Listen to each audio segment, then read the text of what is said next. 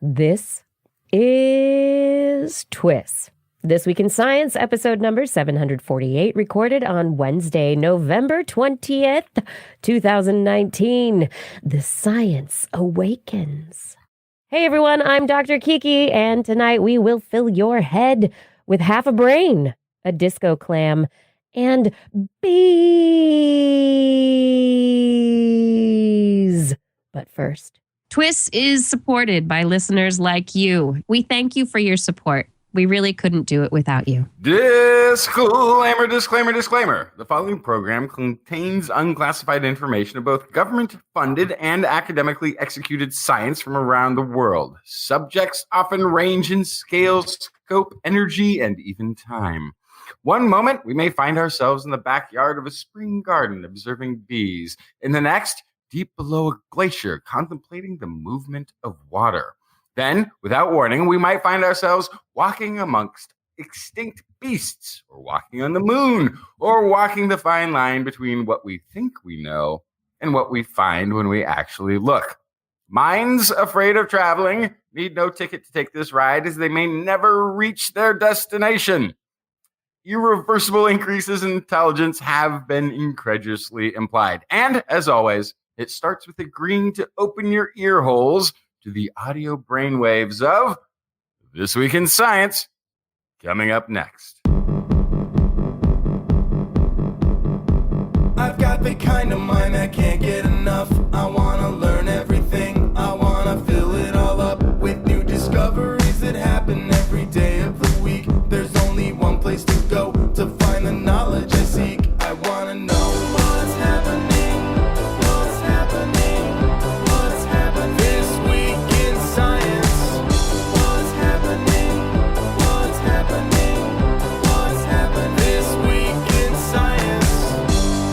Good science to you, Kiki and Blair. and a good science to you too, Justin, Blair, and everyone out there. Welcome to another episode of This Week in Science.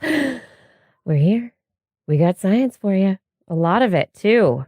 Some really good stories that we spent time this week trying to figure out what would we want to talk about this week on TWIS. Well, we've got some really great ones that I can't wait to talk about my stories. I'm sure you can't wait to talk about your stories.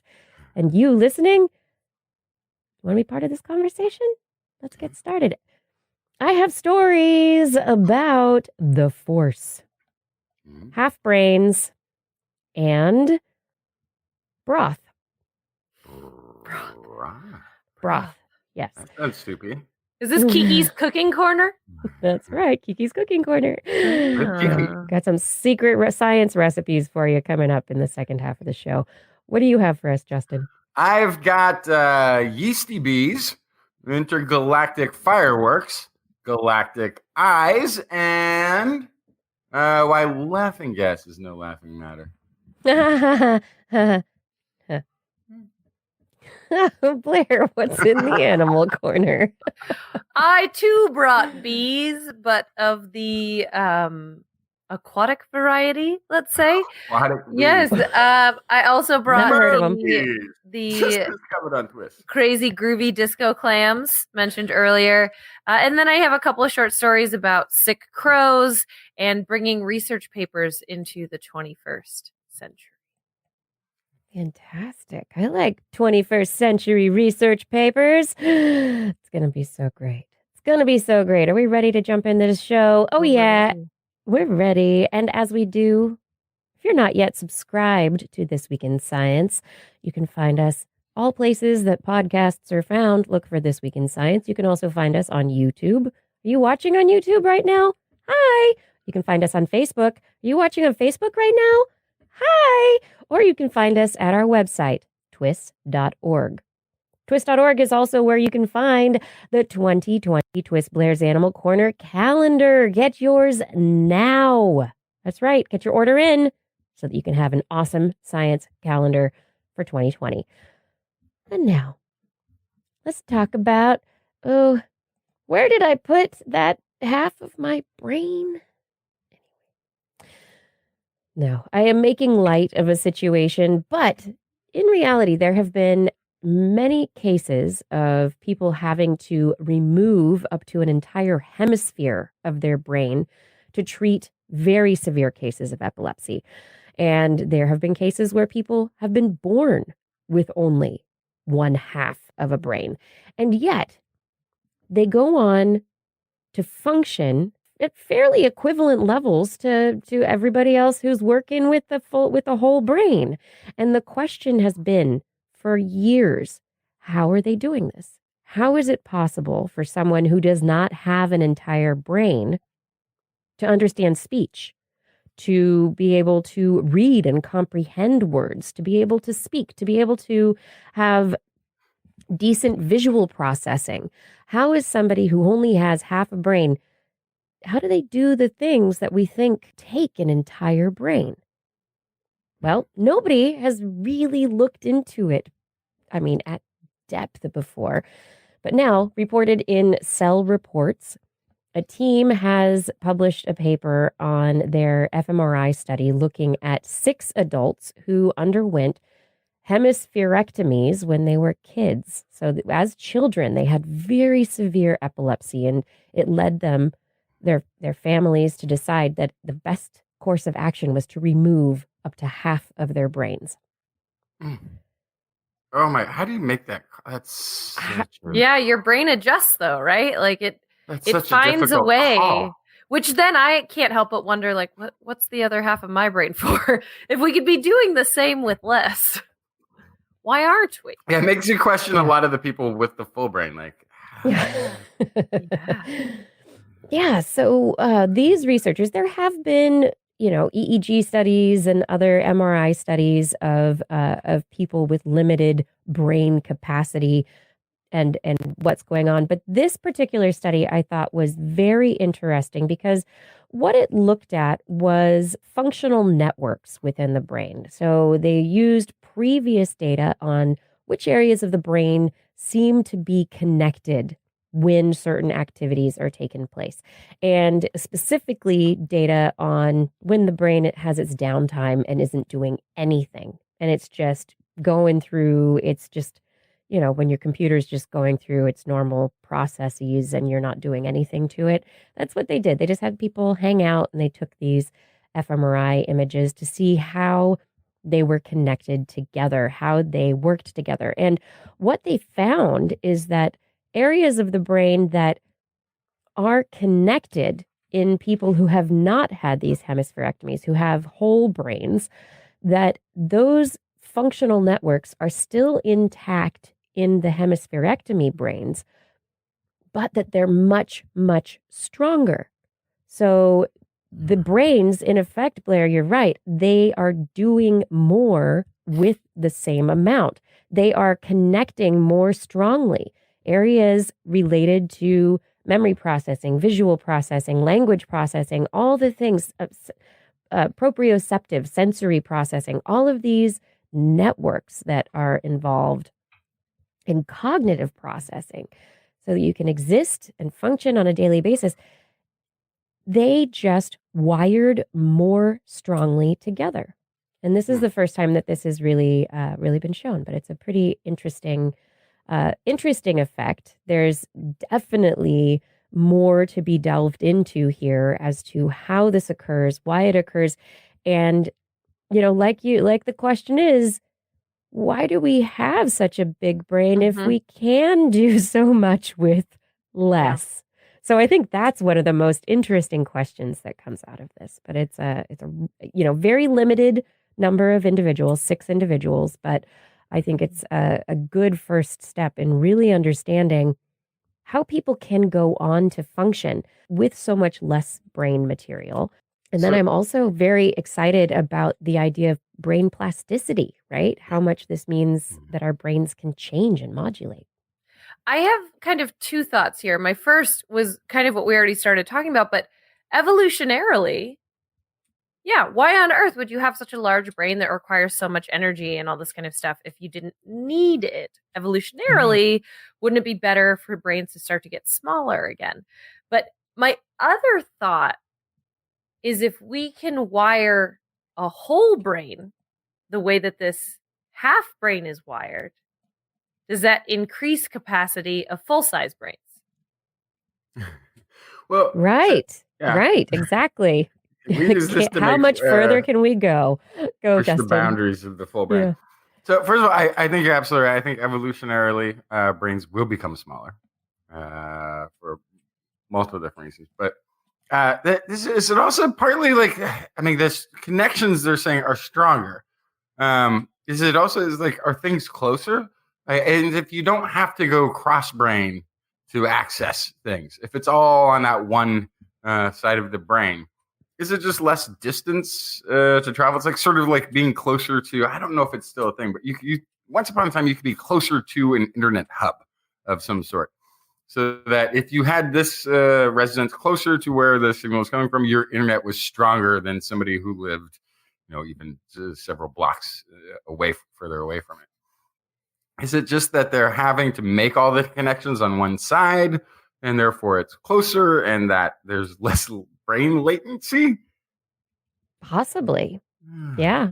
Less brain latency, yeah. Makes it more equivalent processing time with less neuronal material. I think the big question here also is whether or not there is a change to the brain density. I mean, there's obviously the connections are stronger. They're using functional magnetic resonance imaging, which is based on blood flow. So they're just saying these areas of the brain are getting more blood flow, which means by correlation that they're more active. And so they're active together at the same time, and their activity is correlated more strongly. So maybe it's overclocking from keeping the computer in. Yeah. Shubru in the chat room has an interesting idea of why our brains might be so large if you didn't need them. Maybe early humans ended up with brain injuries from dangerous conditions, and we have big brains for redundancy. Also good. Redundancy or bubble wrap. Yes. Yeah, it's why there are certain animals that have large litters. It's insurance. So maybe you have extra brain cells as insurance. Possibly. Who knows? I move on to my next story. I want to get an update on a story we talked about a couple of years back. In 2016, we reported on some Hungarian physicists and also University of California, Irvine physicists who had been working on this proposed fifth fundamental force of nature. It is not confirmed yet, but there is some new data out. So the original experiments took place using radioactive beryllium molecules, and they saw electrons leaving the beryllium molecules in a particular pattern so that light was emitted, the electrons got emitted, there's light that gets emitted, and as the light was emitted, there's this angle that they see happening. And based on the laws of conservation of energy, the energy of the light producing the particles increases. So as the light gets more intense, the angle between particles that come from the light should decrease. But they kept finding this very specific angle separating electrons and positrons at 140 degrees. It was this very strange angle. And the researchers published in the archive, the Hungarian researchers, their paper that they ended up publishing in Scientific Reports didn't actually get a lot of coverage until the University of Irvine researchers got involved and wrote another paper, again, replicating the results and talking about them. And the physicists from Hungary, they originally were calling what they had found a dark photon. They didn't know what was going on. They were calling it a dark photon. And then the Irvine researchers got involved and they started calling it a protophobic boson. So they started saying that maybe this was another undiscovered boson, like the Higgs boson, a particle that has an effect that creates some kind of force that's not a part of the standard model. And being protophobic, that means that it pushes protons away and is more attracted to electrons and neutrons. And so in these experiments, they saw electrons and positrons getting shot out of these beryllium molecules. Update, the Hungarians have written a new paper, this time looking at helium atoms. And in their helium atom research, which is a preprint, it's not peer-reviewed yet. They've put it up on the archive if you want to take a look at it, but it's getting looked at by the scientific community. They did similar experiments using helium to what they had done with beryllium molecules previously. This time, instead of 140 degrees of separation of the particles that came out of this decaying helium atom, this time it was 115 degrees. So it doesn't quite match. And so that's a weird question. But again, they're finding this strange blip that was not predicted based on the standard model. This strange blip is occurring at a very high statistical frequency, very statistically significant. And these Hungarians and other researchers are still looking to see if this is not an artifact, but yes, in fact, possibly real. And is there another fundamental force that we have never even thought of that could, because of the way it works, potentially be involved in explaining dark matter? Go Hungarian physicist. Yeah. So this is, 2016 random fundamental force research. And here we are a couple of years later. They've got an update, a new experiment, new atoms. We still don't know. Nobody's confirming new fundamental force, but it is still open for investigation, which I think is always exciting. So they were really thinking outside the box, or in this case, outside the nucleus. So to speak. Yes, they were. Speak. Yeah. Yeah. Maybe there's another particle that we weren't expecting, which would be exciting because, like Justin, that would be something that is not within the standard model as we currently know it. Well, it would still be within the standard model, but not as we. I mean, it wouldn't change. It would be adding it. Right. It would be adding it. It needs to be. It's one of those. And there's, we always like to think that we've got everything figured out. We're always at the point where we have nothing figured out. That's what this whole show is about. Jon Snow, you know nothing. All of physics. We understand how everything works now. And then these, something like this anomaly of this angle of the electrons coming from. So we can't explain this. Okay. So then comes the really, what I think is the exciting part, is in trying to figure out what could cause, how you could, and in figuring out how you could answer that question, you end up with a sometimes many theoretical physics models that could address the issue, and they can't all be right.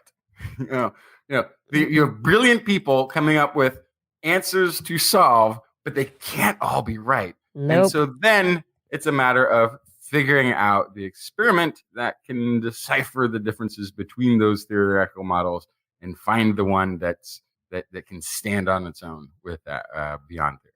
So these are all the inquiries into this are sometimes very difficult. Sometimes it takes us many, many, many, many decades to reach a definitive conclusion, or even to come up with all the theoretical physics that we even know where to begin our exploration. However, sometimes they come pretty quickly too. So we should keep an eye on this one. It may get resolved, another 3 years from now. Yeah, I'm just gonna, every time I hear something related to this fifth force of nature, I'm just gonna, look into it and see if there's a new update that I can bring.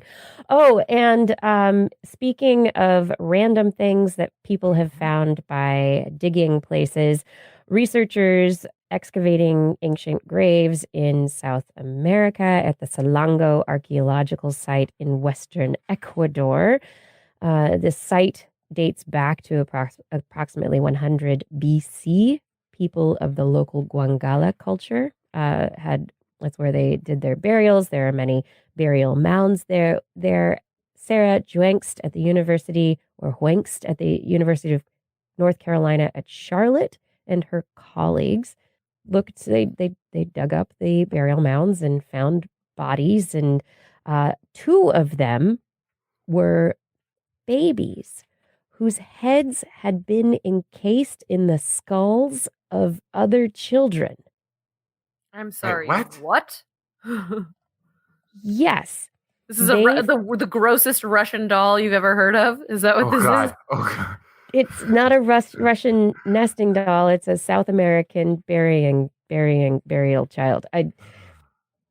Yes, they determined that the babies were between about 6 to 9 months of age, and their heads, which during that age period is still fairly delicate, at burial had been encased in the skulls of kids aged somewhere between 4 and 12 years of age, and that they believe this external skull placement was for protection in the afterlife, that they were buried This is the as helmet. protective helmets. What? Burial helmets. Yes. So this is a very interesting cultural practice that, very, very interesting. Like there's just so many questions as to what would lead to the practice, what beliefs would lead to the practice, and, exactly how it would have all worked. Are we sure that they wore these only in death and they didn't wear them as helmets in life as well? Have no idea. Yeah, I'm just wondering. It would have been real creepy to look at, but it would have been pretty effective. It would Instead have of been a baby effective. bonnet. Yeah, Here's a the skull. protective baby bonnet. Here, wear your skull, little Jimmy. Anyway, this is This Week in Science. Hey, Justin, follow that one up. Yeah, it's pretty crazy. This is researchers from Catholic University Leuven, Belgium University, have found that the presence of yeasts on flowers can alter the chemical composition and nutritional value of the nectar. They also found that yeast can boost the health of colony fitness. So pollen and floral nectar contain yeasts on one flower. The types and amount of populations of yeast can vary pretty widely. These variations then lead to big nutritional value changes of the nectar itself. So the yeast get on there, they eat sugars, then there's different amino acids that are present than there would have been without the yeast. So to find out whether the presence of the yeast and how it impacts the bees, a team led by Maria I. Pozzo from KU Leuven Biology Department added 5 different yeast species to nectars. They then investigated how the yeast affected the chemical composition of the nectar and how, in turn, it had an impact on the bees. What was sort of interesting, they also decided to take a look at whether or not the bees were more or less attracted to flowers that had this yeast.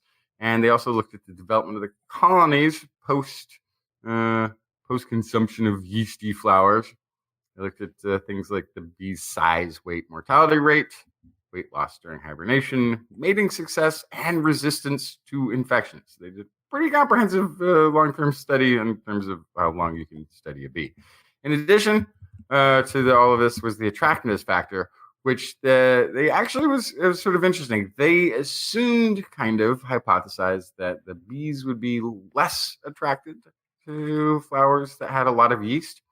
Idea being the yeast is consuming the sugar, so there would be less sugar in this nectar available for the bees. The bees might have decided to bypass some of these a bit. Turns out bees didn't care. Bees actually, they weren't more attracted to these yeasty nectars, but they weren't at all put off by them. In fact, they would eat the nectar and yeast all together because the yeast basically at this point were sort of like sugary gumdrops to the bees. They basically have pre-concentrated nutrients and sugars in them more so than the nectar itself. So they're probably just as tasty. So then they also went back. So they followed through and they looked at the health of the colonies, and they found that there were colonies that received yeast supplements that actually produced larger amount of worker bees, larger bees, and had more vigorous colonies. So it's just sort of pointing out, once again, that the microbiome is a big part of everything, not just within humans, but out there in nature as well. And so human activities, such as the use of a fungicide type thing to sort of purify our environment, could actually be really bad for bees, as this shows at least an additional health benefit to bees that have yeast in their diet. That sounds like a net positive. Net positive, Right? and then also, yeah, and also this isn't it yeast and honey? Isn't that how you make like mead? Isn't it the old-fashioned alcoholic drink? Yeah, Right. So maybe these are very happy bees.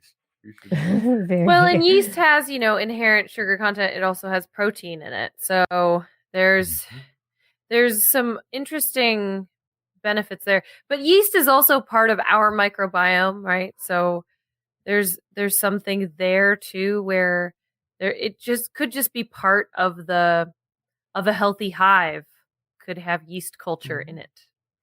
Just inherently, right?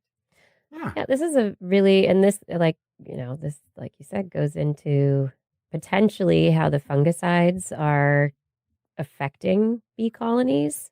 So bee colonies and other pollinators as well. So this is, they looked specifically at bees in this study, but the results show a broader impact of fungicide use and the health of any kind of a pollinator, really. But as we look at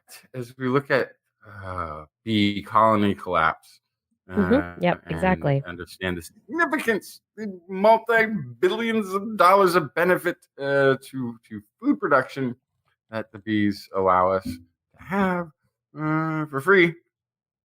Yeah, these sorts of farming practices are still catching up. We've had agriculture now, I think, what is it, about 11,000 years? 11 to 14,000 years, maybe it's further back. Maybe I'm getting animal husbandry. No, I think that's about right. 14,000, something like this. And we still have a lot to learn, apparently. But we're getting there. We're getting closer. But yeah. I think it's the complexity of ecosystems, and how do we really, how do we efficiently produce the food that we need without destroying the things that are important to the overall biome? How do we efficiently harness the power of something without, going too far in some other direction somewhere else? And that I think those nuances are where the difficulty lies at this point. Yeah, and we're about 70 years into following what was the 40s or 50s. I have this picture of first thing we needed to do to have a successful farm is destroy all the nature that was there beforehand. Clean up everything. Yeah. Disinfect. Yeah. There's more. It's, of course, we now know this is like the most horrendous practice. So strip it of all its nutrients and then go ahead and manufacture nutrients and reinsert them, will you? And make sure nature has other nature has no place in this whatsoever. It's very, very postmodern, primitive view on how to have a sustainable agriculture system. But we are catching up. Yeah, I mean, I do hope that to support sustainably a growing population of people on the planet, and onto other planets, that one day in the future we can look back and go, oh, how quaint. Look at that period of time where they did that. Wasn't that silly? Now we know so much better. I mean, I really hope that we get there. But you know where we've gotten right now? Where? Oh, where have we arrived? Blair's Animal Corner. Oh my gosh. Blair? She loves our creatures, great and small. Biped, millipede, no pet at all. about animals. She's your girl, except for giant pandas and squirrels. There's animal. What you got, Blair? Well, since you just talked about bees, I will go ahead and jump straight to my bee story. So fun. Go with your bad self, Oprah. Go. Yeah. Talk So about. I don't know, but I'm just gonna go with it. I'm gonna go with the flow, which is actually what my story is about. Okay. Have either of you ever seen a bee in a pool or a pond and thought, Oh, yes, no, they love swimming. you're in trouble? No, when they're in the water, I've tried to save them. I can splash them Yeah. out of the pool. Don't be in the pool. You don't belong here, little bee.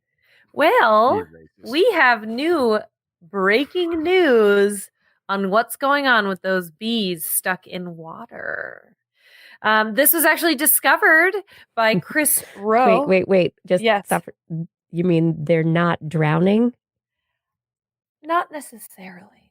Oh, okay. Yes. Okay. All right. Yes. So research engineer Chris Rowe was on Caltech's campus, and it was during the drought. So the fountain was turned off. So the water was still in the fountain.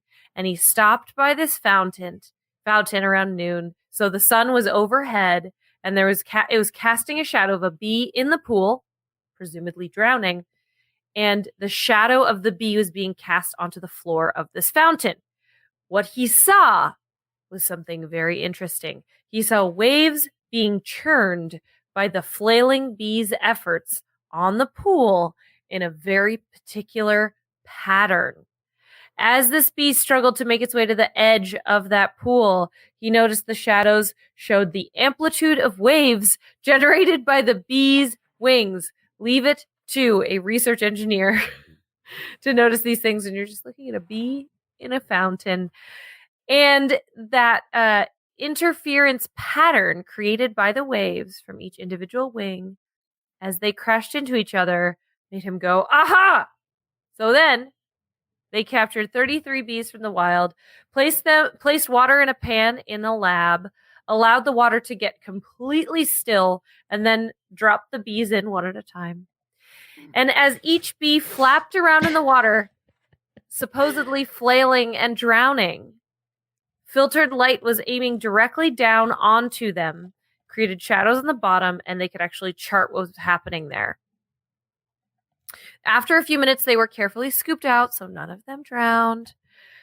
They recovered from their swimming efforts. But what we learned from this was that when a bee lands on water, the reason they look like they are in this death throw is that the water sticks to their wings. And so they're Right. grounded. Surface tension. They can't fly. Yes. So they broke Yes. the surface tension, so they can't fly. So, you assume this bee, it can't fly away. It's doomed. However, the stickiness is only on the bottom of the wing, which allows the bee to drag the water, creating waves that actually move it forward.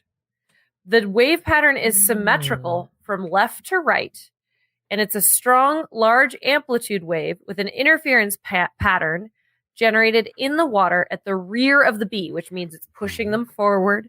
And while the surface in the front of the bee lacks that large wave and interference, that shows that this disproportionate wave pattern is in fact pushing it forward. That propels them forward with the slightest of force, which is why we don't really notice it. We think they're just dying.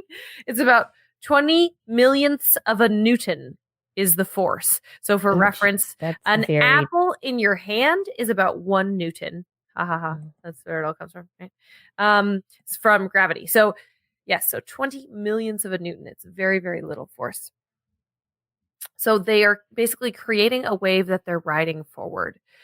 So if they flapped up and down normally, they might not get anywhere, and they might break that surface tension and get the top of their wings wet, and it would all be done for them. They'd sink. So instead, they have this curve upward so that it's like, I was thinking about how when you do freestyle, when you're swimming, you're breaking the surface tension and then you're kind of scooping. So it's kind of like that. They're creating this scooping motion in the water so that they're moving forward. So for those audio listeners, if you were watching right now, it would not help the explanation, I can guarantee you. But I'm working out my biceps real well. So the pulling motion provides thrust. The pushing motion is a recovery stroke. So they are in fact moving forward. They're moving their wings slower. If they move too fast, they could also break the surface tension and sink. So it's less than a tenth of the speed of when they're flying in the air. And so this appears to be entirely intentional. They can't do this forever. If they fell in the middle of the ocean, they would not be able to do it because it's actually way more tiring than just flying. So they actually are good swimmers, but they actually are also like kind of drowning. Like they're looking for a way, something to climb out on, like looking for something floating in the water, like a leaf to get on top of to sort of and then fly away.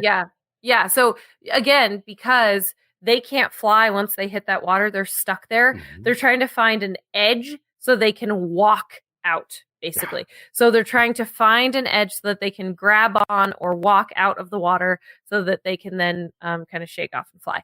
So the ultimate goal there is just to get them to the edge. They think that they have enough activity for about 10 minutes of this motion before they would get tuckered out. So this is a very clear window, about 10 minutes, during which they can escape a watery space. So to everyone coming to a pool or a body of water where you see a bee, if the bee has its nice little flappy motions, the bee's still doing fine. But if it seems as though its wings have gone under the surface of the water, or if it's not pushing anymore, that bee needs help. Yes. And they need help in both cases. They do. Always rescue every bee in rescue water. the bees. Yeah, and I think that's right. Just you might think after hearing this story that giving them a nice push, like creating a larger wave, might help, but that actually is more likely to break the surface tension and ruin it all. So scoop them out of there if you can, and help them on their way. Or if you want to watch what they do to dry off, you can take like a stick or something and kind of just sort of set it in front of them for them to climb up on. And hold it, and you can watch them sort of dry off really quickly before flying away. Which is also fun to watch. But okay, I'm just wondering, Blair, is this now going to be used to create robot bees that swim? Yeah, that's the plan. Yeah. The main idea is that this motion could be used to generate robots that could both fly and swim. That's the next step. You got it. They can do it all. That's always the next step. How can we turn this into a robot? I don't know. I mean, especially when you're talking about engineers. Yeah. Bee can fly and swim. I think if I'm designing a robot, though, I think there's better swimmers. Is all I'm saying. Like a pelican. Yeah, something That's like something this. that can fly and swim. Yeah. You're right. Oh my. Yeah. And would make a much cooler looking robot, in my opinion. Northern Hemisphere version of a penguin that actually can fly. Yeah. There you go. Flying penguin. Flying penguin, an auk. So moving on to other modern marvels in the animal world. I have a lovely story to tell you about another amazing discovery that just was happened upon. This was by Lindsay Doherty when she was an undergraduate student at CU Boulder in 2011. She was just scuba diving, just checking out the stuff in Indonesia in the corals there, and came across, you guessed it, the disco clam. Wait. When was the last time we talked about the disco clam? It's been a long time. Not since 2011, though, right? No. No, more recently than that. No. So the disco clam, this isn't just about the existence of the disco clam. This story is deep because it combines the disco clam and another show favorite, the mantis shrimp. Ooh, together in one story? Yes. So it turns out that these two have a bit of cat and mouse going on. They are the predator prey in a very specific ecosystem. So the disco clam, of course, is the prey. that stabby or slammy of the mantis shrimp is the predator. So first, let's start with the disco clam. Called a disco clam because they look like a normal, just kind of whitish clam on the outside. But when they open up, they have these bright red appendages that poke out that look like tentacles. They dangle out of their shells. They wag them around. And then on the inside, right where those tentacle-y things hit the inside meat of the clam, there are these thin strips of tissue that pulse. They look like a strobe light or like a disco ball, which is why they're called the disco clam. It's like LED strips in a disco. Yeah. Absolutely. And so LED lighting. that's where they get their name from. But there's lots of questions about how they flash. There's questions about why they flash. And that's where this story gets interesting. So first, where we started our story, Lindsay Doherty, when she then went to her graduate degree at UC Berkeley, she spent her time figuring out how they flash. And it turns out it is tiny silica spheres in their tissue, which I think is what we reported on the show, however many years ago that was. Now she is back in Colorado as an instructor in the Department of Ecology and Evolutionary Biology, and she is taking this to the next level. Why are they so colorful, and why do they flash? And this is a particularly interesting story because she's not just using graduate students to figure this out. She is using high school students. More on that in a minute. So peacock mantis shrimps, they can break open these disco clams, which if you think about it, the main bread and butter of a clam and how they do what they do is by being impenetrable. So they close up tight and nothing can get inside of them. But if the mantis shrimp has this amazing ability to smash through pretty much anything, then that reduces the efficacy of having a clamshell in the first place. So they had to do something else. So the idea was, is this some sort of discouraging coloration to say, leave me alone, don't eat me? So they think it's a warning signal to predators that either they're poisonous or they don't taste good. So how do you test this? Well, they first took mantis shrimp in a lab and they offered them a choice between two types of disco clam tissue. The first was bright red meat from the exterior, and the second was the white meat from their inner muscles, which in theory, even if you had bad tasting tissue on the outer edges, or if you were poisonous on the outer edges, it wouldn't need to be that way all the way through. You only need to stop somebody from opening you up, right? So they wouldn't, that tissue would in theory be just like any other clam tissue. The mantis shrimp, hands down or claws down, preferred the white meat. They had no interest in the red tissue at all. In fact, they're not into the dark meat. Yes, some of the researchers said they, quote, hated it. They were totally uninterested in it. Wow.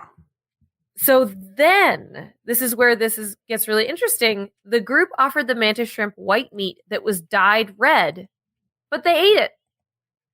My first question is, mantis shrimp they have 12 different types of cones, I think it was. Color receptors, yeah. So they have so many more ways of seeing color than we think. How do we even know we're dyeing that meat the same red that they see? So I feel like this is a whole extra thing where I'm like, I don't know about the efficacy of this test method, because how do you know what a mantis shrimp sees? Mm-hmm. That's really tough.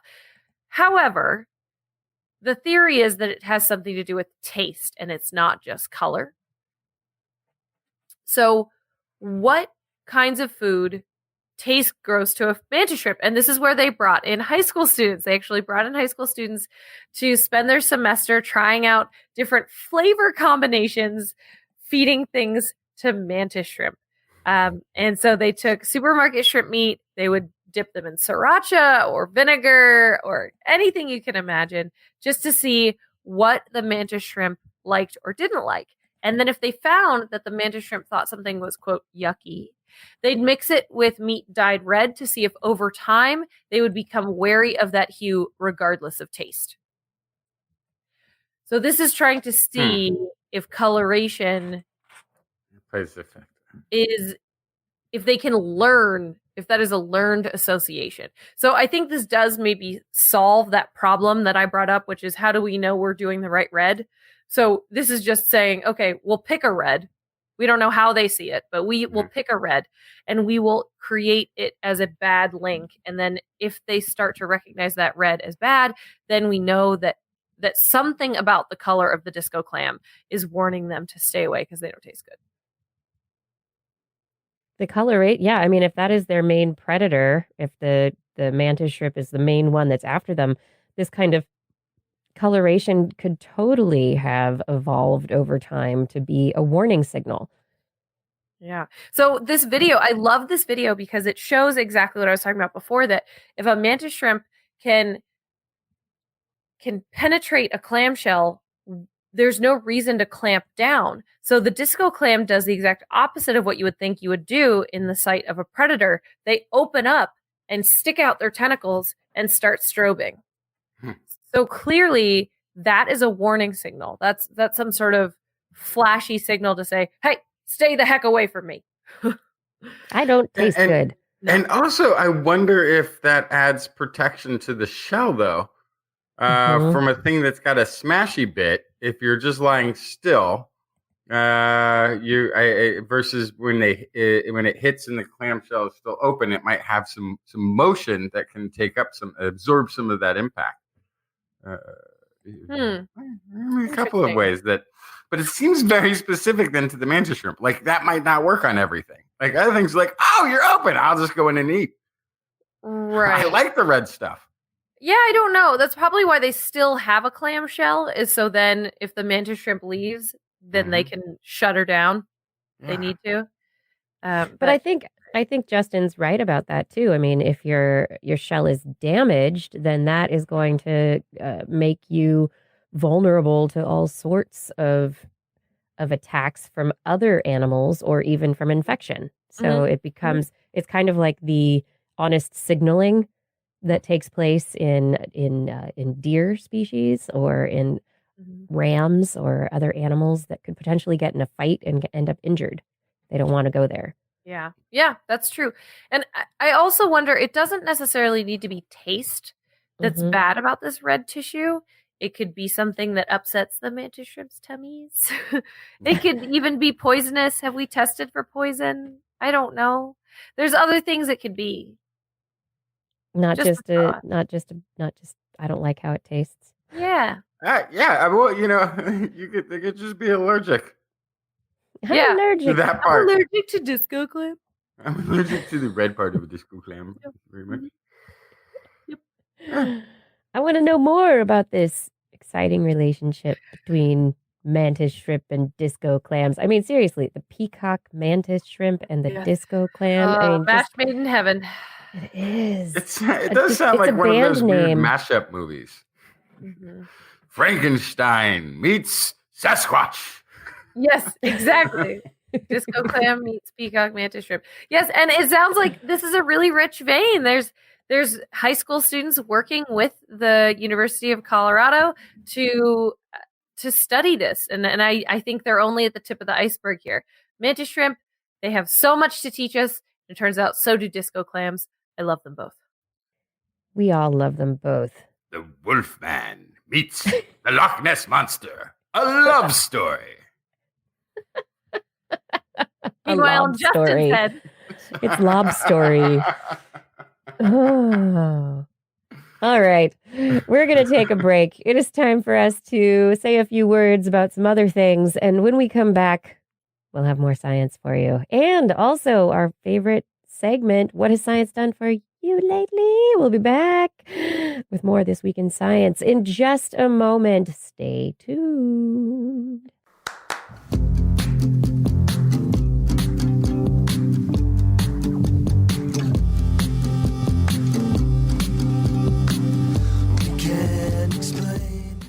Put on your goggles, or your headphones, because you're probably listening to This Week in Science right now. I hope we're in your ears. Are we getting into your head?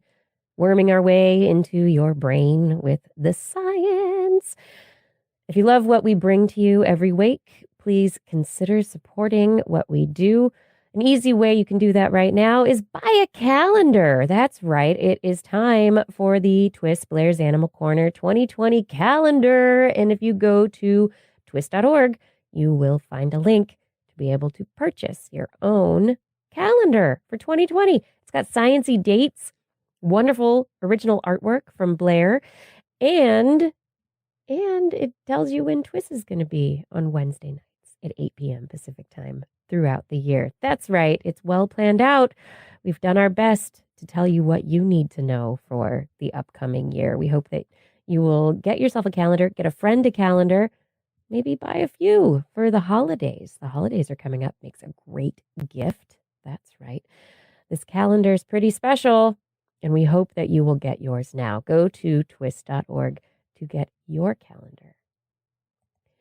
While you're at twis.org, you can always check out a few other things. One thing that will help us out especially is clicking on that link to subscribe. That's right. Click on the subscribe link while you're there. If you're not subscribed, you'll be able to subscribe through YouTube, iTunes, or the Google Play podcast portal. Additionally, if you've already subscribed or you've gotten your friends to subscribe, you can go over to the Patreon link. Clicking on the Patreon link will take you to Patreon. Patreon.com/This Week in Science is where This Week in Science has our community on Patreon. And you can choose to support us at one of our monthly levels. That's right. You support us at the level of your choosing. And it's charged once per month. And in return, sometimes you get some special little gifts back from us. But really, you're helping an independent podcast to continue doing what we do, to buy the equipment that we need to really maintain the weekly schedule that we've got. And the more supporters that we have, the more we can do. It's really, really true the way it works out like that. But if you can, $10 a month and more is what you need to the level you need to choose if you want us to thank you by name at the end of the show. That's right, $10 or more a month. But there are levels for all sorts of financial situations. So click on that Patreon link, help support us. Click on the subscribe link, subscribe to This Week in Science, and buy a calendar. It's really true. We really could not do any of this without you. Thank you for your support.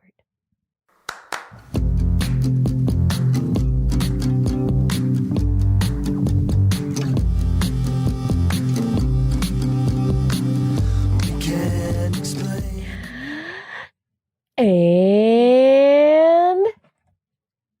we're back. You're listening to This Week in Science. That's right. We are back. Welcome back, everybody. And it is time for that part of the show that we love to call This Week in What Has Science Done for Me lately? Slow on the uptake. I'm like It's 5 seconds behind with everything tonight. I'm so sorry, but I'm here. Totally fine, especially because I have a story to do with poo in the second half of the show, so it's great. Yes, okay. I didn't tease that one at the beginning of the show, although maybe I should have. You should have. Right. Maybe my dog would have listened to you then. It may have helped. But this is the What Has Science Done for You segment. Let's not talk about poo. Okay, our letter for today. What has science not done for me? There isn't anything that science has not done for me. Between saving my dad, who was an aerospace engineer on the Hubble telescope who worked on the solar arrays, and helped a dear friend who had an ectopic pregnancy, to just me driving my car to work. I run a high-end restaurant. Everything from the kitchen to the lights to the plumbing, septic, and so on is all science. There's nothing that you do that has not been affected. Not sure if that's the right use by science. It's everywhere you see, smell, touch, feel, and as you should, love. You all are the best, even you, Justin. That was totally a joke because of the last person who ripped you. Continue your work, please, and educate the next group of people. Thank you, Isaac Bonnecker. And then Isaac goes on to say, I do want to elaborate on my dad. He was in an accident and lost the use of his left arm, that being his primary arm. With training and help from, again, science, he was able to retrain his other arm and complete his goal, being a part of science. He was a part of building the most important scientific device of the 90s with one arm. Without science and determination, a key factor, my dad, Stephen Bonnet, would not have been able to be a part of a program that has changed the views of almost every scientist. I am proud to be a product and a part of science. By the way, besides being a chef, I brew beer, wine, and mead, which is all science. Keep it up.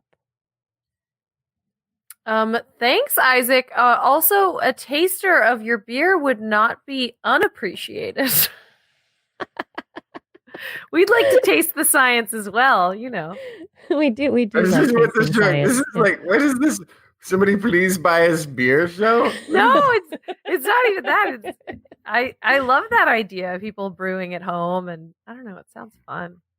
It's very fun. Absolutely. I love the mead reference. Justin, you mentioned mead when we were talking about the yeast and honey story. Maybe there's a lot there. I mean, how much does the yeast go into changing the flavor of the honey and potentially affecting the, product output, right? The taste of the mead or whatever. How would it work? We don't know. That would be a great thing to study. Isaac, thank you so much for writing in and reminding us. Yeah. I mean, we ask for usually the one thing, what has science done for you in a little way lately or a big way or whatever, but it's all around us. Science is everywhere. Really, in our modern world, it affects everything. It's touched everything, and I really appreciate your letter. And the story about your dad working on Hubble with one arm, and So cool. Yeah, Hubble awesome. really, I mean, do you two agree? I mean, Hubble is seriously the tool that allowed us to view the universe in a completely different way. Mm-hmm. Yeah, I mean, there's open access images because of Hubble, right? I mean, like it makes understanding our universe accessible to everyone. Yep. So, or at least hugely understanding what we don't understand and understanding how right. big the universe is, which I think is really what it's about, right? Is recognizing how big the universe is and how little we are, and it's actually really cool to know that. So cool. It's okay to be small. It's okay. Yeah. It's pretty cool It's to be a part of this awesome. big, yes. In the Full of actual awe. meaning of the word. But I would like to tell everyone again, reminding them that we need your stories to keep the What is Science Done for You Lately segment of the show going. We need your stories. Send them to me, Kirsten at thisweekinscience.com, or leave a message on our Facebook page. Makes it easy. Let's keep it going. Send me a letter. Send me a note. Send me a haiku. Something. Okay. Being an Earthling is basically, Earth is just an address within our galaxy. Yeah. If you leave the galaxy, if you're talking intergalactically, we would be referred to as either Milky Waylians, Milky Asians, slightly derogatory, just Milkies. The Milkies. Milkies. I mean, maybe we should be named by the black hole that we're traveling around, which would make us Sagittarians. Oh, yeah. There you go. Justin and I would appreciate that. We're Sagittarians. Yes, you are. Yeah. And a radio telescope in the Western Australian outback actually just took a look at our center. So yeah, the Milkies tried to look at their own black hole. Astrophysicist Dr. Natasha Hurley-Walker from the Curtin University node of the International Center for Radio Astronomy Research has created images using a supercomputer in Perth. So this the new view captures low-frequency radio emissions from our galaxy, looking both in fine detail and at larger structures, she says. Our images are looking directly at the middle of the Milky Way, towards a region astronomers called the Galactic Center. They got this. The survey has a resolution of 2 arc minutes, which they say is about the same as the human eye, and maps the sky using radio waves at frequencies between 72 and 231 megahertz. So that's FM radios around 100. So this is as pretty reasonable frequency range. It is the power of this wide frequency range that makes it possible for us to disentangle different overlapping objects as we look toward the complexity of the galactic center, says Dr. Hurley Walker. So this is, of course, towards the middle. Things are more dense, and so you could just get a fuzzy ball of, yes, there's stuff there.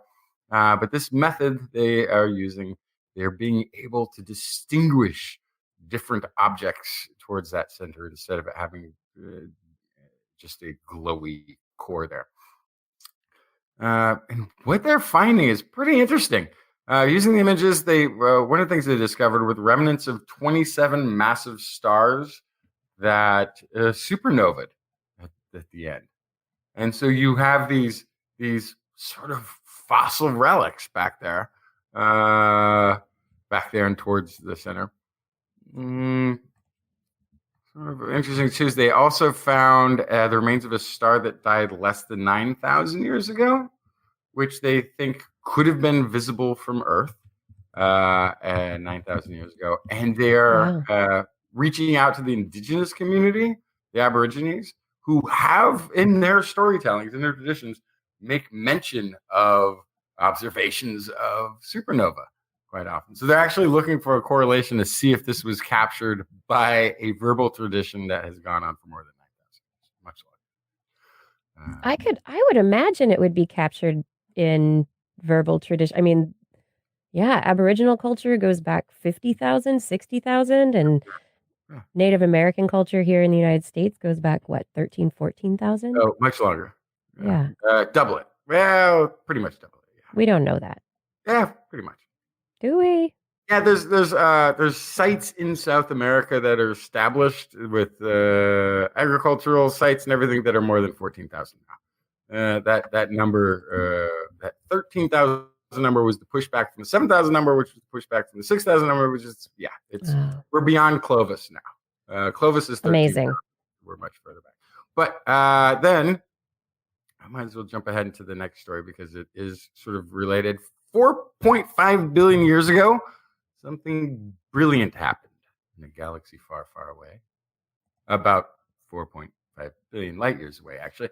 The details of the event are still a bit foggy, but it may have been the collapse of a massive star or the collision of 2 previously collapsed stars running into each other. Whatever the cause, the result was a brief and extremely powerful cosmic explosion that created a GRB, which is the cosmic lingo for gamma ray burst.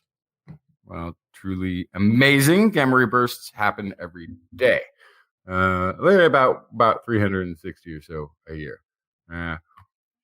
They start with an initial bright flash, which is called the prompt emission because it happens so promptly, with a duration ranging from a fraction of a second to maybe 100 seconds of this bright period.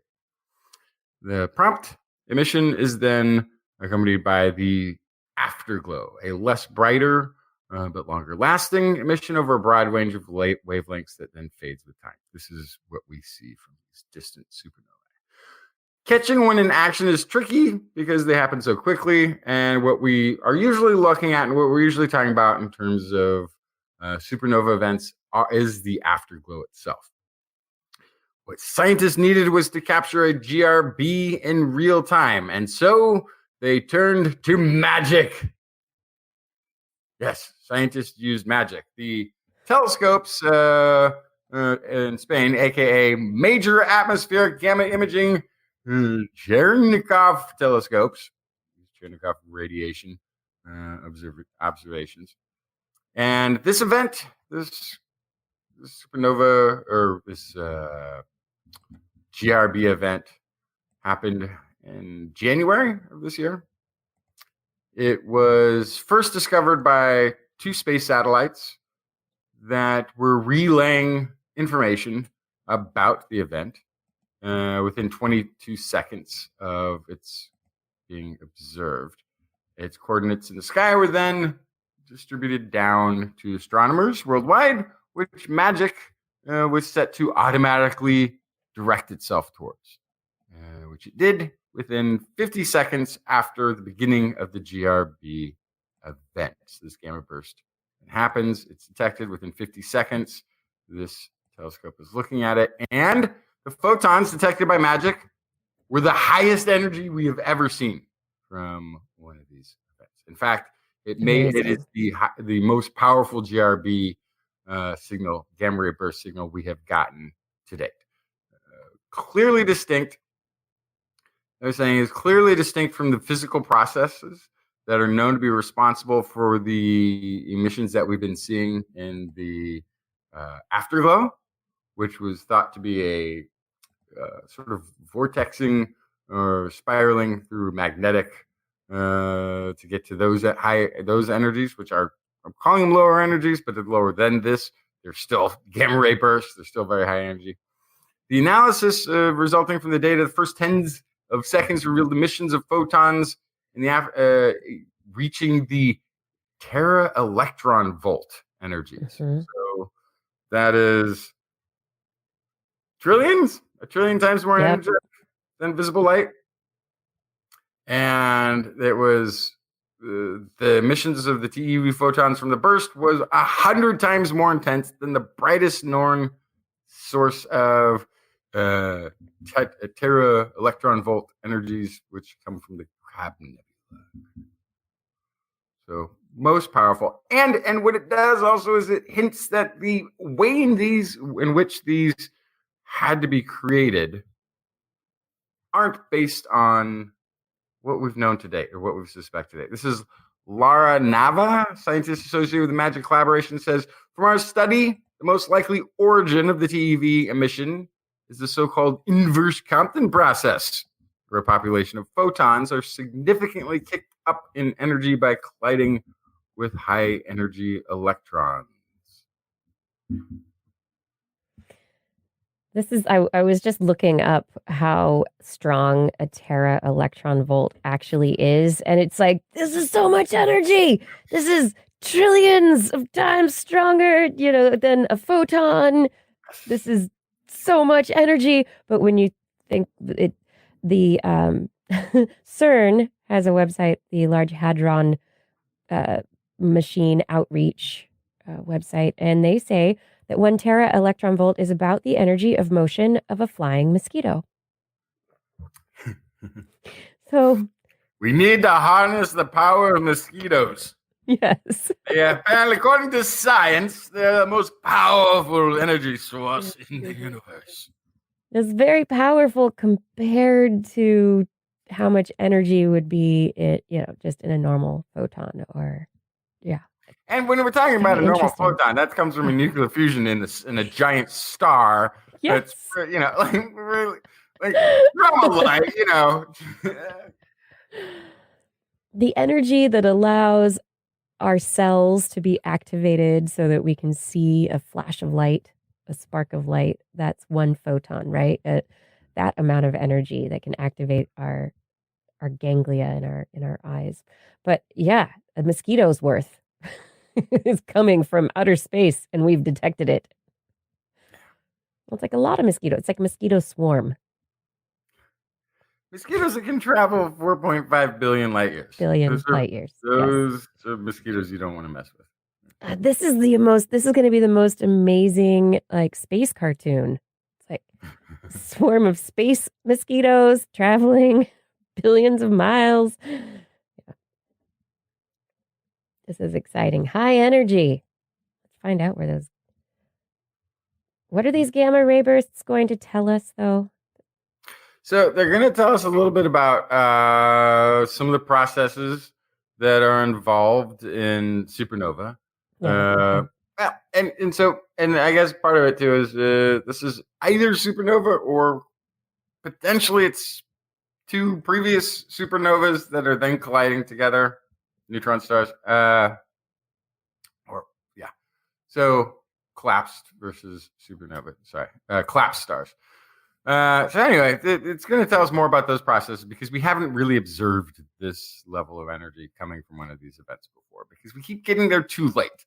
Mm-hmm. It's like showing up at the party and saying, okay, apparently the party a party is made up of people emptying cups and placing them on the floor. Placing empty cups everywhere on the floor, that's what a party is. Well, no, there was a thing before that. You just keep showing up late and thinking it's just people making a mess. There was people having fun and music and conversations going on that you had no idea it took place. You just think it's people crashing houses. So, so getting there early, being able to, and now they think because these are relatively common events, this worked well with magic. I also assume they must have been, the planet must have been facing the right way and it had to be lined up perfectly, right? To an extent for it to be able to even direct these telescopes there to get the signal. But maybe we need a couple more of these setups, telescopes around the planet, so that we can capture more of these events more quickly and have them tied into automatically direct when we get the GRB signals. Very cool. That would be very cool. Let's find more of them. And then if it's neutron stars, we can then do the pinpointing and triangulation with the LIGO Virgo array and all that. Yeah. Yes. Yeah. Maybe we can triangulate with the merging of black holes and all sorts of stuff. Yeah. I'm excited about all this. You know what I'm also excited about? This study about broth. Yes.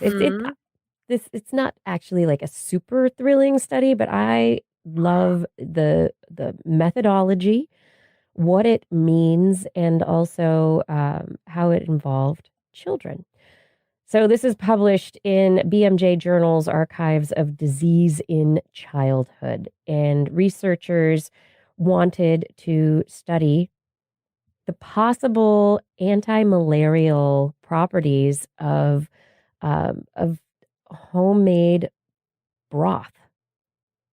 Turns out that ancient Chinese medicine has heightened interest in natural discovery of future anti-malarials. The discovery of artemisinin, which is one of the main malarials, came as a result of natural discovery procedures. And these researchers looked at the tradition of families in various areas of the world, various parts of Africa, and the study did take place in the UK, but they had kids from very diverse ethnic origins whose families had come from a lot of different places bring their family recipe broth to school.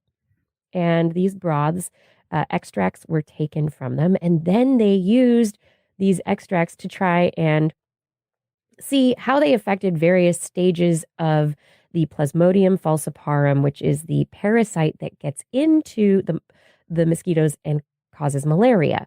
They checked how it affected the various life stages of this parasite, and they found there were 56 different broths that they tested. 5 of them were found to give over 50% growth inhibition against the early blood stages of the parasite.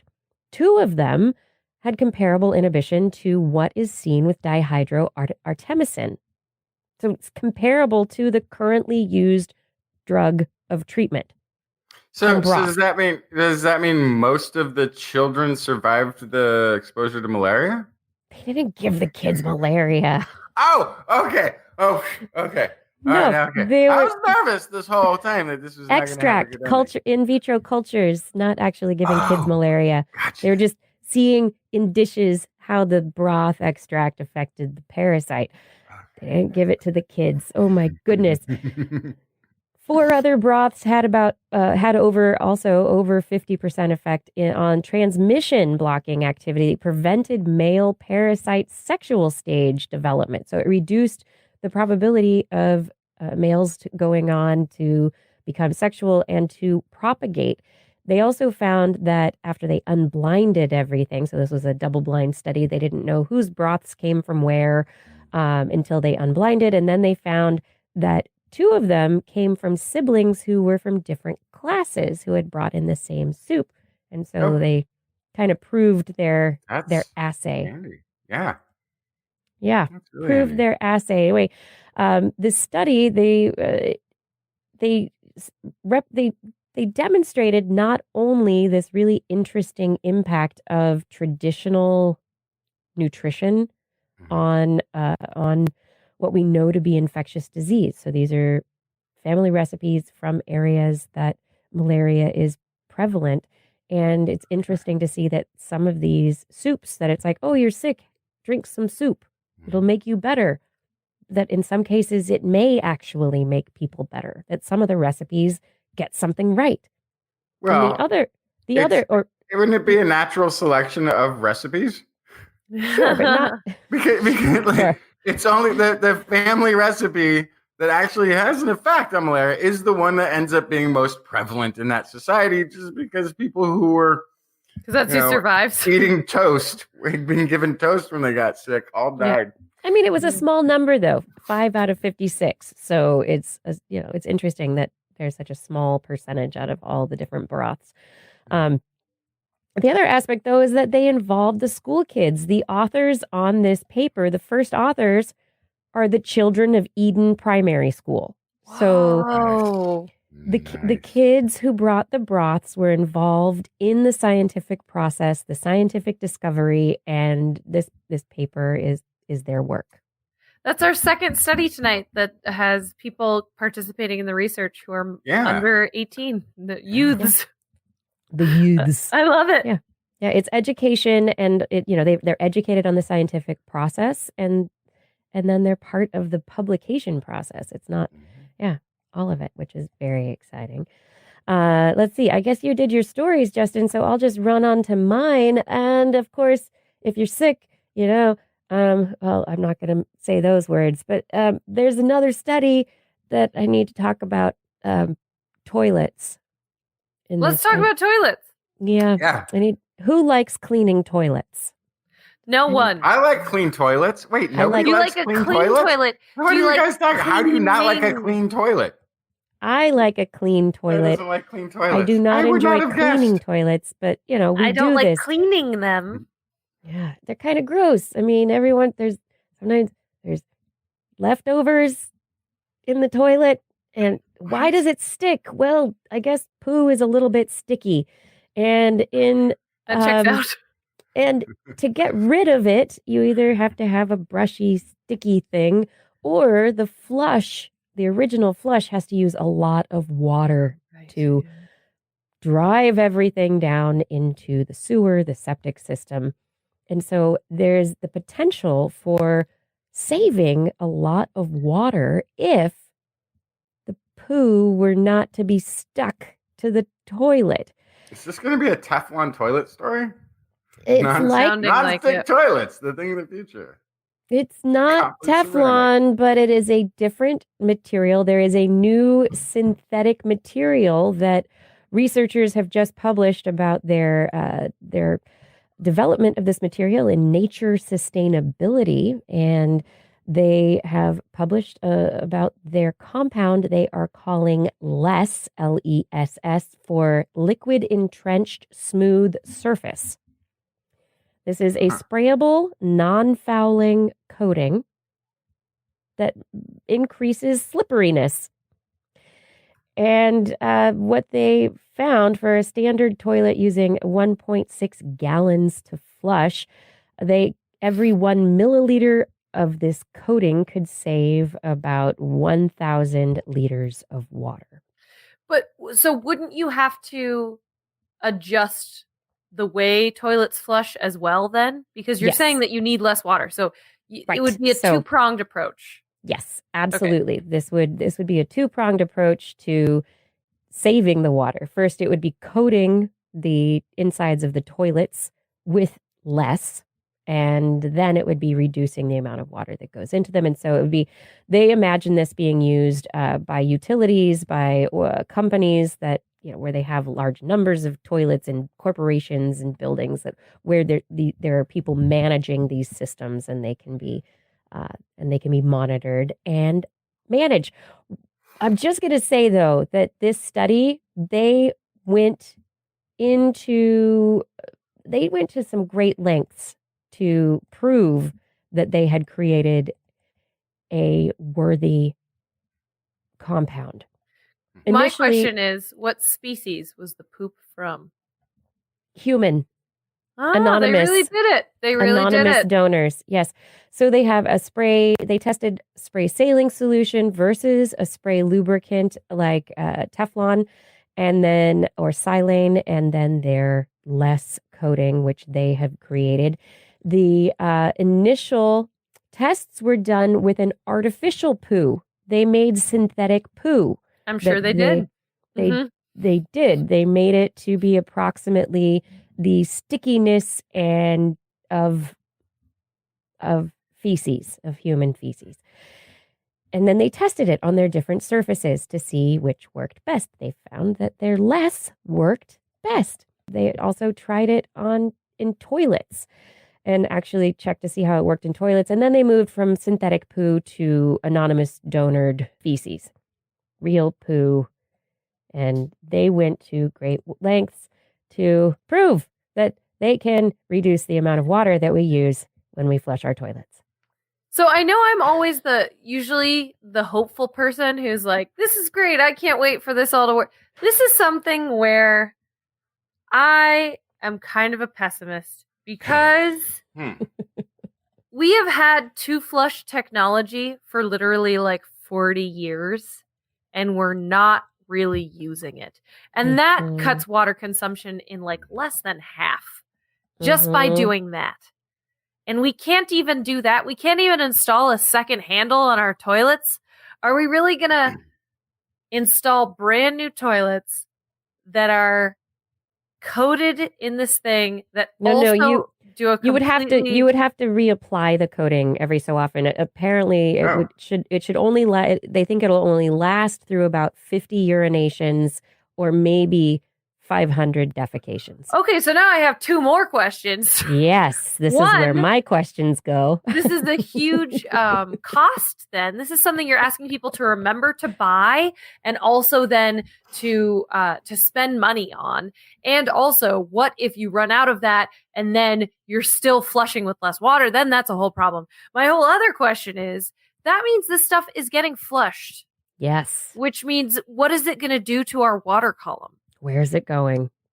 And that would be the next question. So they say it's non-fouling, but what does that mean? This is a new compound. We are releasing so many compounds into the wild, and they are having effects. So what potential effect would this have?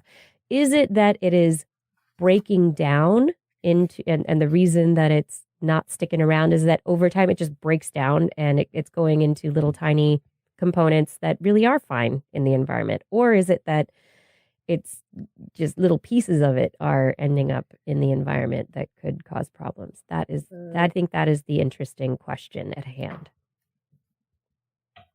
That's the question. That would be the question. I also wonder if this is at all necessary. I mean, I like the idea. Actually, I really love this idea. Non-stick toilet. It seems like we should have invented that well before the non-stick pan. Yeah. Okay. that's not already a thing. I now do not understand. However, the other thing, when we're talking about water conservation, and this is the thing from the California drought statistic that just kind of blew my mind, is that personal use of water is about 10 to 11%.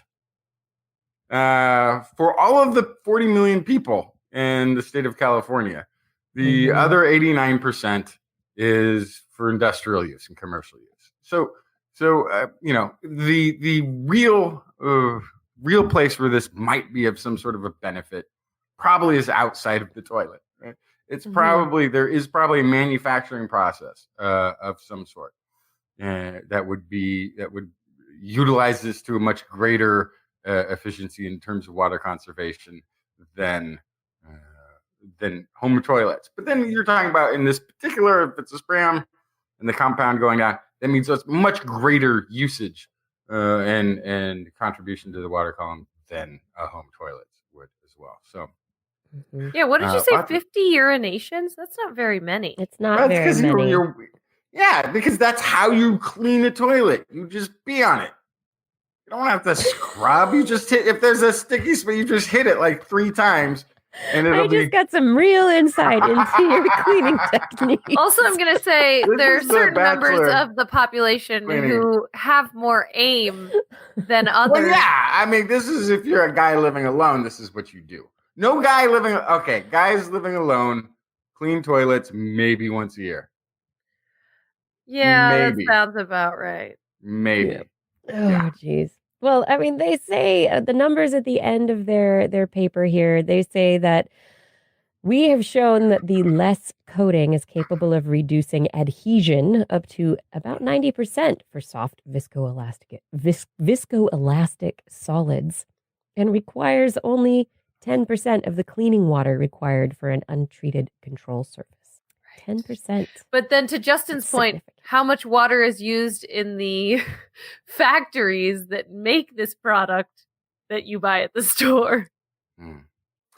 Yeah. Great I questions. think Yeah, cradle to grave. What's the whole story? I think that there is a solution in here. I don't know if this is it, but at least what they're working on makes a lot of sense.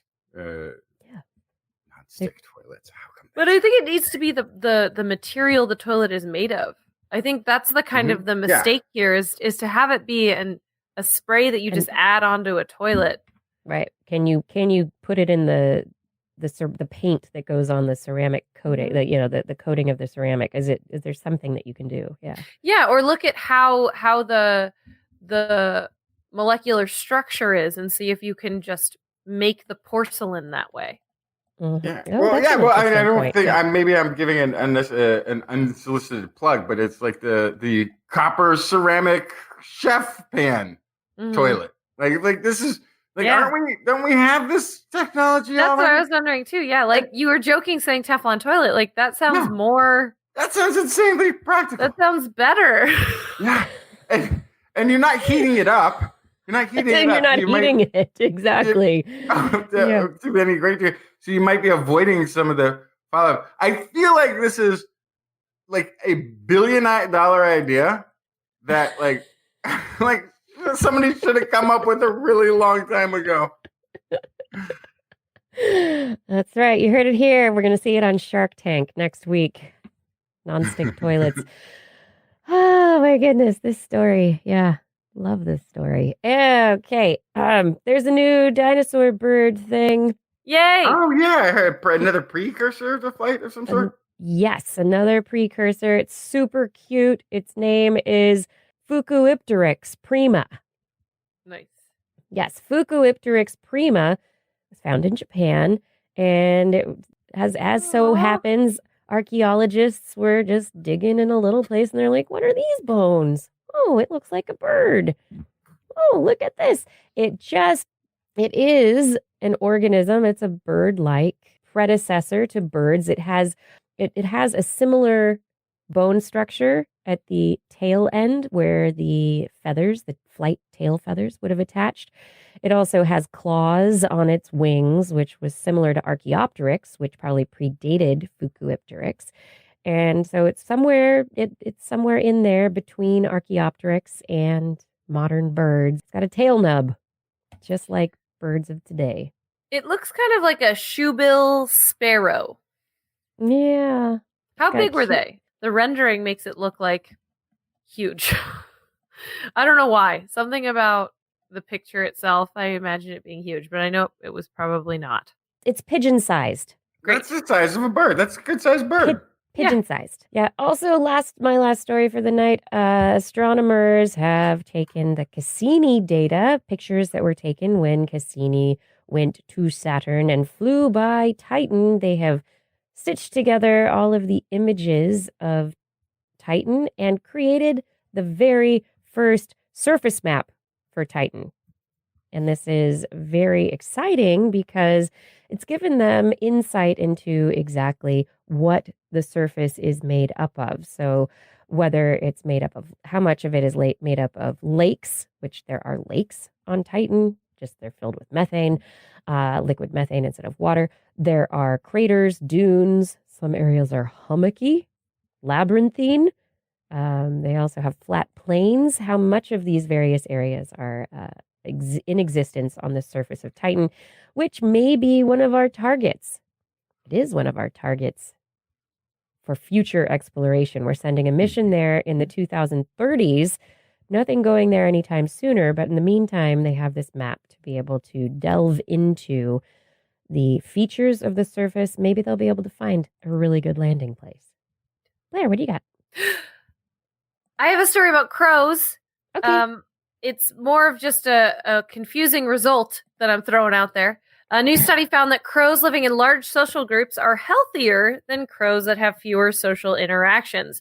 We usually assume that this is actually a disadvantage of group living, that the more people or more individuals you live around, the better chances for parasites and diseases to transmit from one individual to another. But this is a specific study where they monitored the behavior of crows and looked at their poop for all sorts of diseases and oocysts. And they found that the ones that lived in social groups were healthier, which means either A, there is something related to social bonds that reduces stress levels, and that reduced stress makes you more healthy and it makes it easier to fight off infection. Or B, that healthier crows are more sociable. They think through this study that they have actually ruled out the latter, that they really think that the fact that they are social is causing them to be healthier and not the other way around. But jury's still out. Sociality causes health. Maybe that's because maybe they get more infections when they're younger, fight them off, and their immune system's stronger. Possibly. Yeah. So they were looking at poop, but I think they were only looking at they were looking for sources of disease in poop. They should have been looking at stress hormones. Yeah. Because if they want to claim that it's all about reduction in stress because you're with your folks, then you would have to be able to identify that sick crows are more stressed and all this kind of stuff. So more study is needed, but ultimately we know that more social crows are healthier. Okay. Yeah, well, I mean, if you're sick, you're like, leave me alone. I don't want to talk to you. I'm right, by myself. They're claiming that the way that they tested this is showing the opposite. Yeah. But again, I'm not convinced. The other thing that I'll just throw out there is that the Okinawa Institute of Science and Technology has changed the way that we read research papers by integrating research papers with augmented reality. Now you can flip through their research paper on new species of ants that they found, and a 3D rendering of that ant will pop up in front of you. And you can change the size and the location in your field of view so that you can end up hanging out with an ant the size of a bear in your room. But so it's fun, but it's also, it really allows a new way to interact with data. Which is pretty cool. That is pretty awesome. Yeah, so even though their source of specimens that they're doing their study on is in Japan, you could get a copy of this research paper anywhere in the world and be able to look at those specimens in a 3D model through your phone or your mobile device. Yeah, that's really cool. Yeah, 3D pop. It's like a 3D pop-up book. Yes, on your tablet. Exactly. Yeah, that's really neat. Yeah, and I guess very often when the downside of that kind of a flat 2D paper where you put your pictures or your images in it, the downside is you're looking at it going, okay, there's a picture of an ant, but it's just there in 2D and you don't get that real perspective of how it really looks, what its features really look like. Yeah, you might end up with many, many, many pictures from different angles of a thing. But to be able to sort of rotate around as you would any 3D model on a computer and just sort of observe it from different angles and have it be authentically accurate.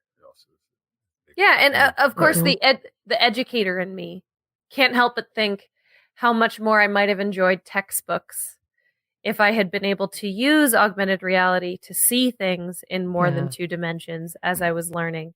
And this is something that I think we will likely start to see in our education systems. And I think that we could really benefit it. This is something where devices and technology can actually help augment our learning and our understanding. So pretty cool. Very cool. Yeah. And there's additionally, there are companies that are working on augmented reality glasses. I know that the augmented reality glasses are being developed for gaming systems, but there's no reason that they couldn't also be used for this kind of purpose. Multiple purposes. It's always good. Yeah. Super cool. Justin, let's finish up with some really depressing news. Okay. Well, if you insist, nitrous oxide. Otherwise known as laughing gas, occasionally used for its anesthetic effects by dentists, although I always assumed that it was to relax people in the lobby of a dentist's office to hear so much laughter. Oh, the drill, it must tickle. They're having a great time in there. Laughing gas doesn't make you laugh, though. However, nitrous oxide, N2O, is actually the third most long-lived greenhouse gas behind methane and carbon dioxide. And as we learned from last week's show, 298 times more greenhouse effect causing than CO2, and is one of the main stratospheric ozone depleting substances. And we are releasing more of it into the atmosphere than previously thought, according to new study published this week in Nature Climate Change. We see that N2O emissions have increased considerably during the past 2 decades, but especially from 2009 onwards, says lead scientist Rona L. Thompson from the Norwegian Institute of Air Research. Our estimates show that the emission of N2O has increased faster over the last decade than estimated by the Intergovernmental Panel on Climate Change, the IPCC emission report. Increasing use of nitrogen fertilizers, they say, is part of the reason why. So from the last week's study too, they were finding it naturally being created in the oceans as well. Right? So then we have this sort of factor of maybe it's not just this, but maybe the last one from the sort of coastal regions naturally producing N2O means that we may be producing it also from other sources than we initially realized that we were doing. So, yeah, it's one of those things. Everything from basically the IPCC reports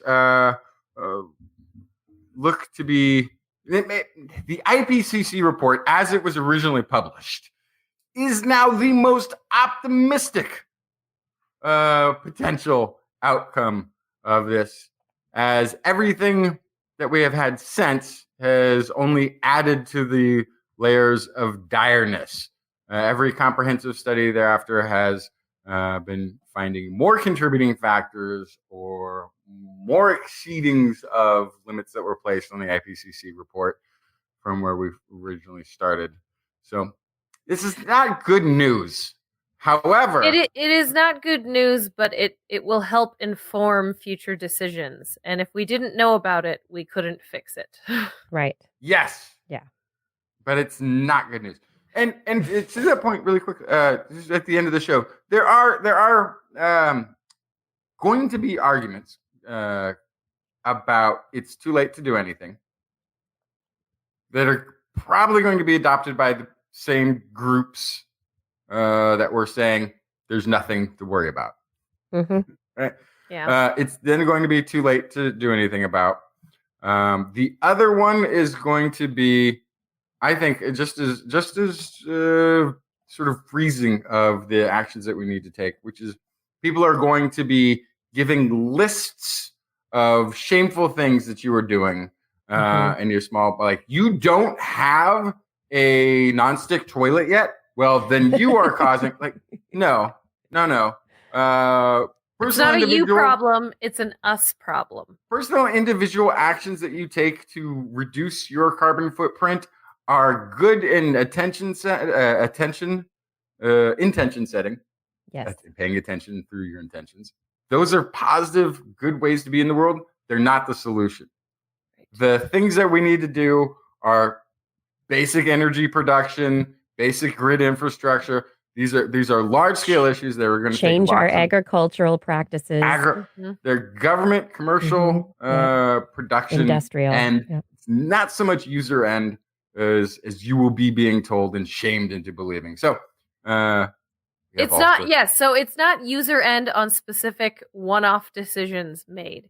Yes. But we can, as individuals, make a difference by finding other individuals and working on collective solutions, which is really the different. You think about all the community choice aggregates that exist out there where there are energy companies offering green energy. That wasn't energy companies going, you know what we should do? We should offer green energy. It was communities demanding it. And that is the difference, is that we actually do have amazing power, but we have to work together to leverage that power. That's how the civil rights movement started. That's how the main environmental movement started. And this is a whole new era where we're learning about all these new impacts, but the knowledge is the first step to demanding change. Yes, but my point is that but don't be persuaded into thinking that you don't need a large governmental regulation policy shift change to dramatically change the way very wealthy, influential and you can industries do business, because without that, everything else won't matter. You have to attack there first and foremost, and the rest of the stuff is going to help, but it's not going to change anything without changing how the fossil fuel industry works in the first place. That's the biggest contributor. We can also look at concrete production, those two, and focus on those first and foremost. The rest of it won't matter unless we've done something. I think we've come to the end of the show. Mm-hmm. I think we've done it. Yes, Got to go back into my box again. Yes, go back in your box.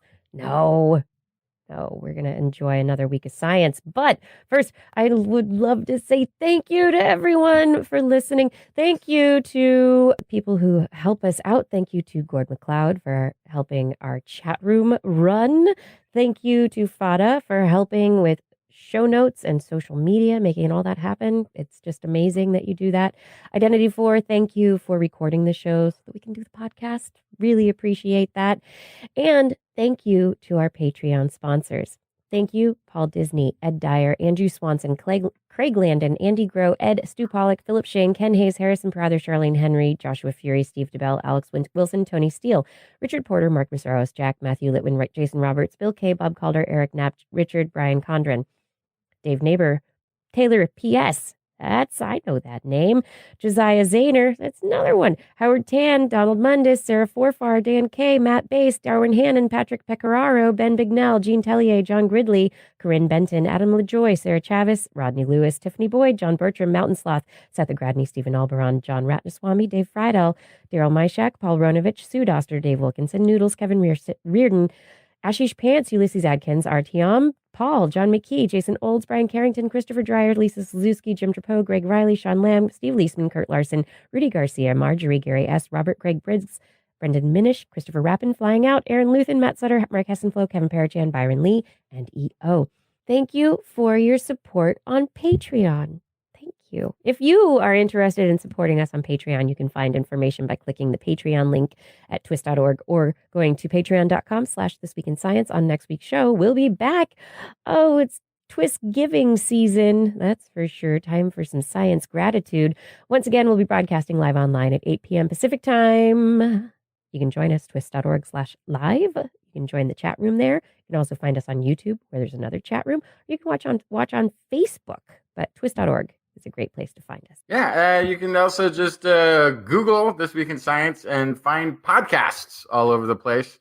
If you enjoyed the show, remember to tell your friends about TWIS. For more information on anything you've heard here today, or for information on the 2020 TWIS Blair's Animal Corner calendar, we can go to www.twis.org. There you'll find show notes, and you can also make comments and start conversations with the hosts or other listeners. Yes, or you can contact us directly. Email Kirsten at kirsten@thisweekinscience.com, Justin at twistminion@gmail.com, or Blair at blairbaz@twist.org. Be sure to put twist, TWIS, somewhere in the subject line. Otherwise, what will happen to your email?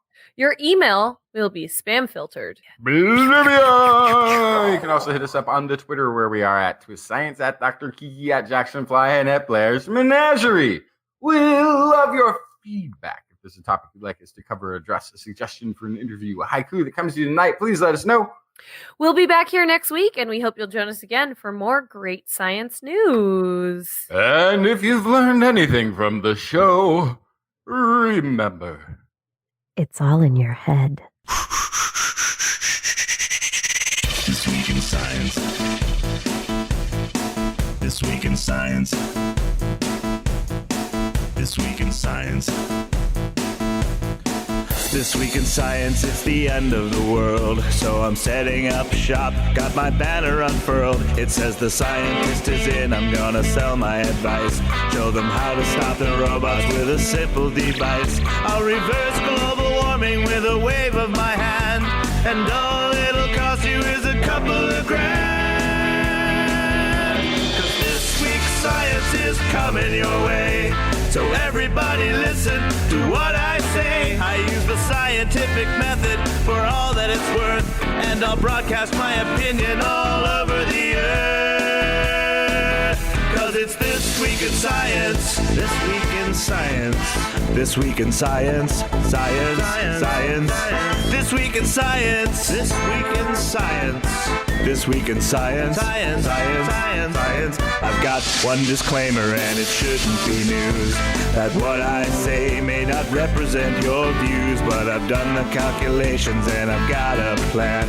If you listen to the science, you may just yet understand that we're not trying to threaten your philosophy. We're just trying to save the world from jeopardy. Jeopardy. And This Week in Science is coming your way. So everybody listen to everything we say, and if you use our method instead of rolling a die, we may rid the world of toxoplasma gondii. 'Cause it's This Week in Science. This Week in Science. This Week in Science. Science. Science. Science. This Week in Science. This Week in Science. This Week in Science. Science. Science.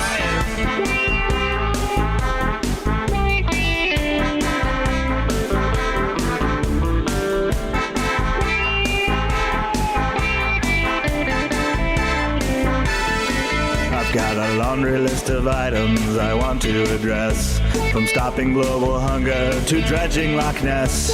I'm trying to promote more rational thought, and I'll try to answer any question you've got.